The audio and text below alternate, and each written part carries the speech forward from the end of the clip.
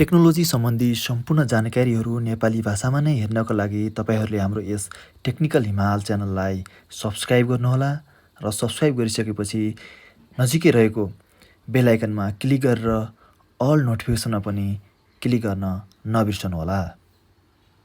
Hello साथीहरू, technical हिमाल YouTube च्यानलमा यहाँहरूलाई हार्दिक स्वागत छ।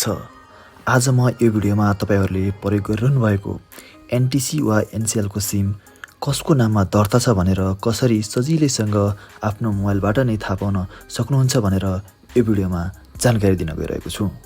साथीहरू, सम्पूर्ण जानकारी प्राप्त गर्नको लागि तपाईँले यो भिडियोलाई अन्तिमसम्म हेर्नुहोला र यो भिडियोलाई अहिलेसम्म लाइक गर्नुभएको छैन भने कृपया लाइक गरिदिनु होला र साथै तपाईँले यस भिडियो कुन ठाउँबाट हेरिरहनु भएको छ आफ्नो ठाउँको नाम पनि कमेन्ट बक्समा गएर कमेन्ट गर्न नबिर्सनुहोला। आउनुहोस् भिडियो सुरु गरौँ।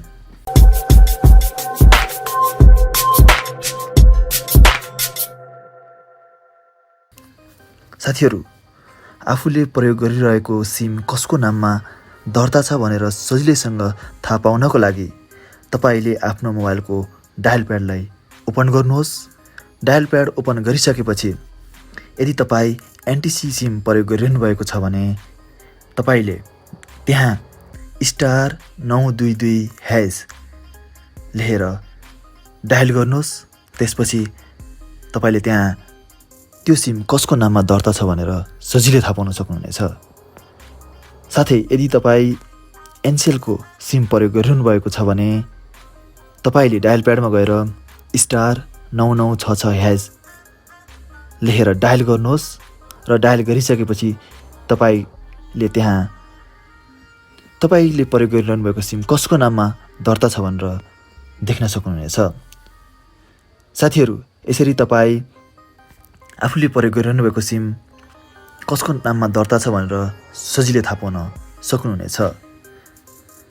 तपाईँलाई यो भिडियो कस्तो लाग्यो कृपया कमेन्ट गर्नुहोला र यस्तै टेक्नोलोजी रिलेटेड भिडियोहरू नेपाली भाषामा हेर्नको लागि यस टेक्निकल हिमाल युट्युब च्यानललाई सब्सक्राइब गर्न नबिर्सनुहोला। भिडियो हेर्नुभएकोमा तपाईँलाई धेरै धेरै धन्यवाद। जय नेपाल।